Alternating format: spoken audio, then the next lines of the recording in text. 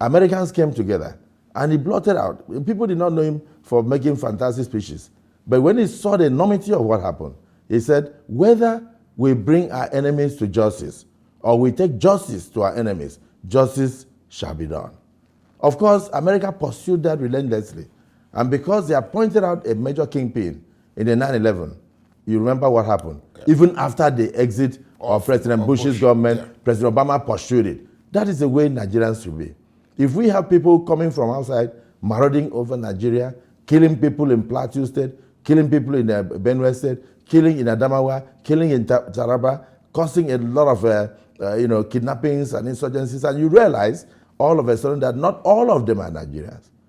And these things are meant to destabilize the federal government. What should we do?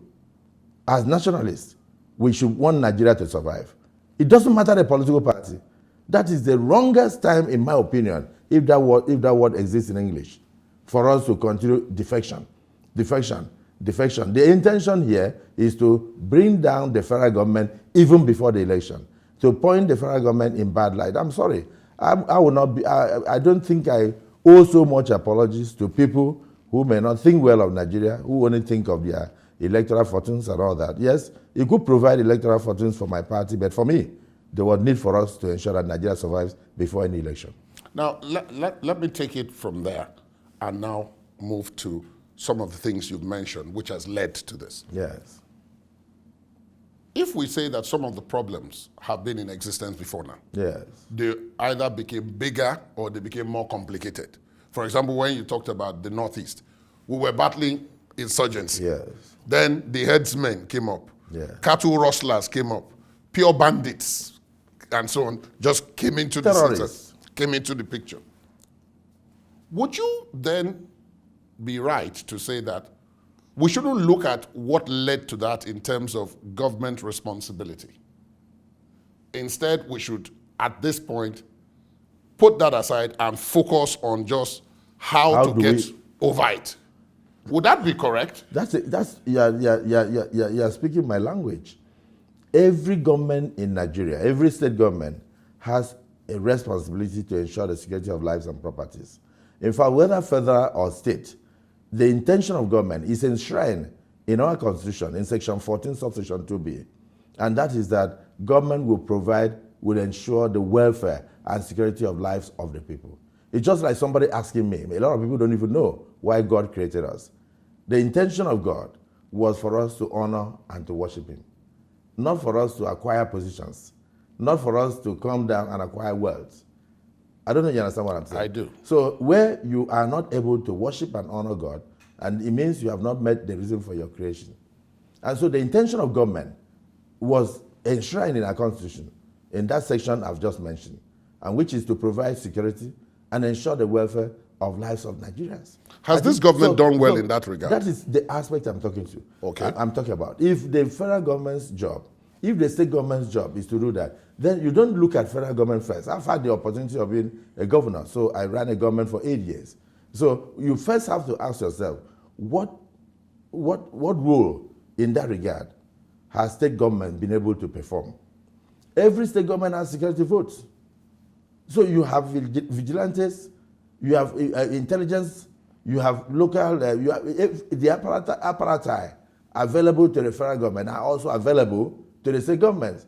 So nobody is even looking at what are the inputs of the state governments towards resolving the issues at hand.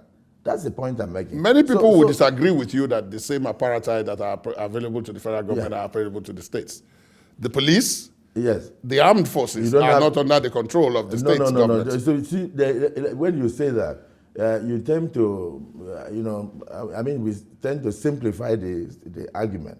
It is not the president of Nigeria that gives instruction to the commissioner of police in the state to pursue a criminal. No, it is the Inspector General of Police. Not the Inspector General of Police. They have what they call State Security Council, headed by the governor. That is why the governor is the chief security officer of the state. But he is under the law. You're a lawyer. But, under the law, yes, the governor cannot give the commissioner of police an instruction. Who is telling you that? It does happen, and the commissioner of police must obey. But there are instances where the governors have complained. For example, your former colleague who is in Kebbi, in Zamfara, who incidentally is now the chairman of the Governors Forum. He said that He resigned. Yeah, he resigned his what? his chief security officer position because he said he has resigned. he doesn't have any. He doesn't have any he coercive authority over anybody. He can resign. It's almost like a teacher who resigned from teaching and continues to collect salary as a teacher. He cannot. By virtue of the fact that he's the governor, he remains the chief security officer of Zamfara. You cannot say that you will not do everything possible to ensure the security of lives and properties of your citizens, so long as you are voted into power. So you can't. You can't be collecting salary as a teacher and claiming that you have resigned from teaching. So I don't understand what I'm saying. So you cannot. So because you have the State Security Council, if you work together, you know, this is composed of not just the Commissioner of Police. Yes, of course, the Army, the Navy, the Air Force. You have the Navy, you have the Air Force, you have the State SSS, and all that. And then you also have your own internal security system. Every government has internal security system headed by a permanent secretary. You know, and so if you're able to set up a good network, don't forget security is not just about reaction. It's also about prevention. Which is where the intelligence you mentioned earlier comes in. So you should be able to set up a situation whereby intelligence is provided to the security agencies to work. You as a chief security officer, you should be able to provide the implements for them to work. When I was in government, there was a time that Mike Okino, the then Inspector General of Police, came and I donated with my state government funds 350 vehicles and 4 armored personnel carriers. That should have been the responsibility of the federal government. No. I realized that it was impossible for even the security agencies to be able to track down criminals as a result of bad roads in my area. So I now tackle federal roads. I tackle federal roads to a point where, as I speak now, I left behind about 145 billion to be refunded by the federal government, acknowledged. And very recently, in the Senate, in the National Assembly, 78 billion was voted to be refunded to my state from part of the works I did. So what I'm saying is that if you are a committed person, you are committed towards ensuring the security of lives of the people, which is what we were voted for, and providing their welfare. There is no way you can say, oh, I'm sorry, I'm not criticizing my brother who said he has resigned. I don't know what circumstances led to include the resignation, but you have to make the best of the war situation. But I've also advocated that in future, we need to have the state police. You know, I have also said, if you don't call it so, you can call it community policing. We can have a national commission on community policing or national commission on state police to ensure centralized training. But of course, most of those who are going to be recruited should be from those the areas where because they'll be familiar with the terrain. You know, so sometimes it's difficult to bring somebody from Sokoto to Niger Delta, and then from Sokoto he's used to the Sahel region. He comes to Niger Delta and is going to work permanently on water. And he may not be able to swim. Thank you. And then the next he has to pursue pirates on the waterways. I don't know if you understand. And he, of course, mingle with the fear of water that is seen for the first time. There is no way that such an officer will be effective. So that is why the need for community policing comes in. That is why the need for what you call state police comes in. But it has to be controlled so that it will not be used as a weapon against political. My next question was going to be this. Yes. Anybody listening to you now will get the idea that you're a very strong advocate of restructuring, you support it and so on. I do. But then surprisingly, when an opportunity came up during the last constitution review to take a look at it, there were some proposals about moving some things from the exclusive list to the concurrent list and so on. Yes. It was defeated. It wasn't defeated. So people, just the same thing you are hearing about. Some people conspired because they misunderstood it and thought that, oh, certain people were going to lose power. And then they conspired and came down to the National Assembly and then voted against it.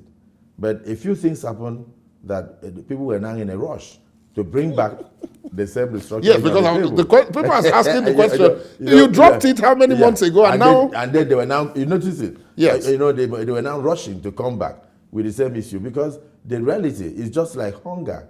Hunger has no political party. It doesn't matter whether you're in APC or PDP. So when we are saying we should provide employment, we should provide food sufficiency, everybody should be on board. When we are talking about security, everybody should be on board. It doesn't matter the political party you belong. So restructuring is something that everybody should be on board.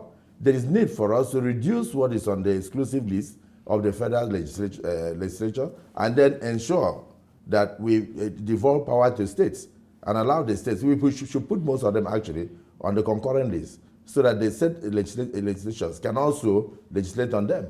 And the reality is that one of them happens to be this issue of police. Yes. Policing. That's right. If we've done the same thing over since 1960 and we don't seem to get much result, then there is no way we should not shift in order to ensure that Nigeria survives and survives well.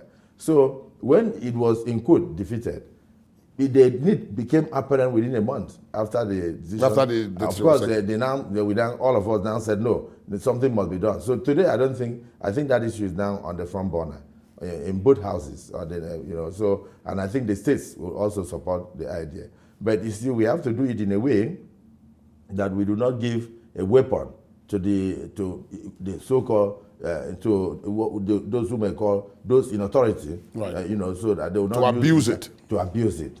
So I think that we must have a lot of checks and balances and then bring up a legislation that will ensure that whoever is in charge, whether you are the chief executive, you are saddled with that responsibility, that you don't use it to go after your opponents.